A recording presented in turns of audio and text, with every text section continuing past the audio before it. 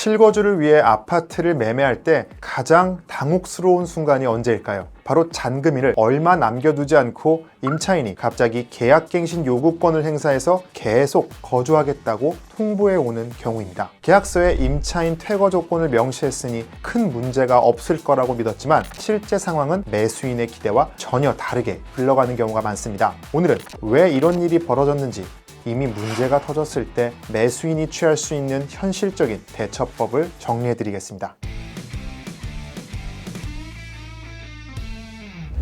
가장 먼저 바로잡아야 할 오해가 있습니다. 과거에는 매수인이 등기 치기 전에 세입자가 갱신권을 써버리면 끝이다 라는 이야기가 많았습니다. 하지만 대법원의 판단은 다릅니다. 대법원은 임대인의 지위를 승계한 매수인도 그 주택에 실제 거주하려는 경우 법정 기간 내라면 임차인의 갱신 요구를 거절할 수 있다고 명확히 판결했습니다.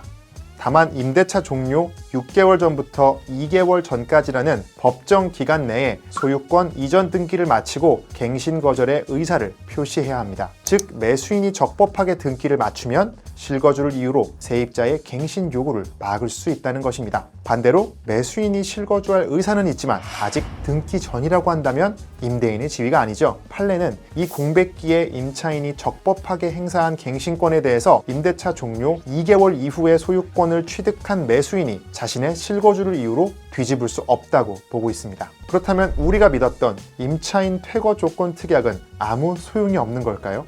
이 특약이 계약 당사자가 아닌 임차인을 강제로 나가게 할 수 있는 법적 효력을 갖는 것은 아닙니다. 다만 매도인이 매수인에게 비어있는 집을 인도하겠다는 약속을 한 것이기 때문에 지키지 못하면 매도인의 채무 불이행이 됩니다. 즉, 이 특약은 임차인을 내보내는 무기가 아니라 약속을 어긴 매도인에게 계약 해제나 손해배상을 청구할 수 있는 법적 근거가 되는 것입니다. 여기서 많은 분들이 억울해하시는 포인트가 바로 손해배상 액수의 문제입니다. 계약 후 집값이 2억 원이나 올랐는데 계약이 깨졌다면 그 시세 차익만큼 보상받을 수 있을까요? 결론부터 말씀드리면 현실적으로 시세 상승분 전액을 인정받기는 쉽지 않습니다. 시세 상승분은 특별 손해에 해당하는데 이를 청구하려면 매도인이 계약 당시에 내가 집을 못 비워주면 매수인이 이만큼 시세에 손해를 보겠구나 라는 것을 미리 알았다는 사실을 매수인이 증명해야 합니다.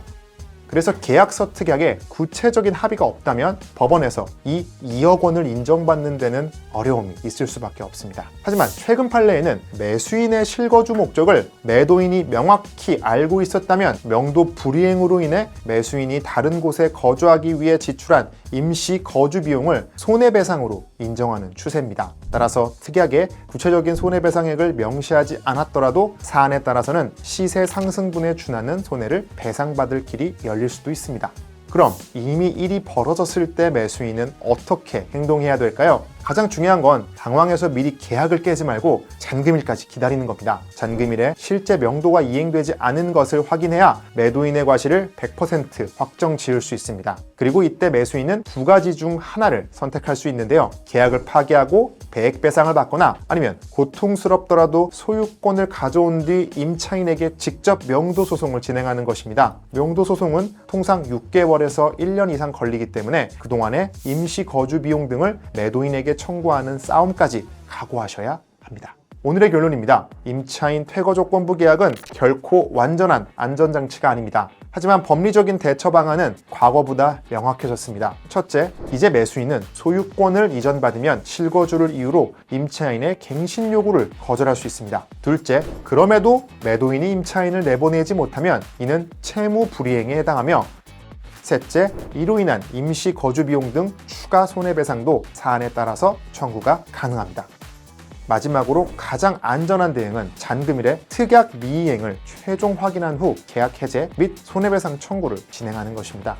매수인은 매도인이 세입자를 내보내지 못했을 때 본인이 짊어져야 할 법적, 금전적 리스크를 정확히 인지하고 계약해야 합니다. 내 소중한 재산은 내가 아는 만큼 지킬 수 있습니다. 지금까지 변호사형 조효동 변호사였습니다.